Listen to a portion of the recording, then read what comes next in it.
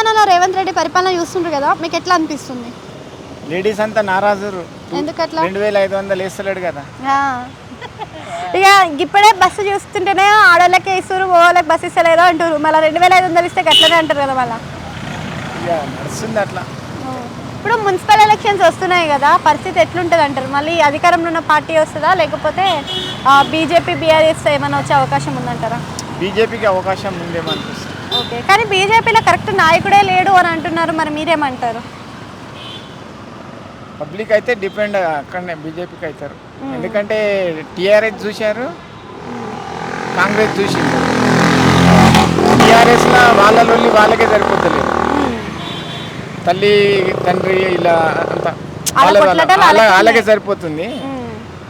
ఈ రేవంత్ రెడ్డి అంటే ఇట్లా మాటికి ఢిల్లీకి పోవడము అంతా అట్లా. అంటే రేవంత్ రెడ్డి స్వయంగా అభిప్రాయం తీసుకునే అవకాశం లేదంటారు? లేదు, ఏదున్నా అక్కడ పోయి ఆయన అడగాలి కదా. అంటే నేను 100 సార్లు అయినా పోతాను మీకెందుకని అంటున్నాడు ఆయన.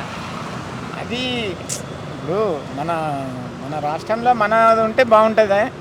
ఇప్పుడు పబ్లిక్ ఎందుకంటే బీజేపీకి ఎందుకు ఓట్లు వేస్తారంటే సెంటర్లో కూడా బీజేపీ ఉంది కదా, సపోర్ట్ బాగా ఉంటుంది అనే టైప్ ఆలోచిస్తారు.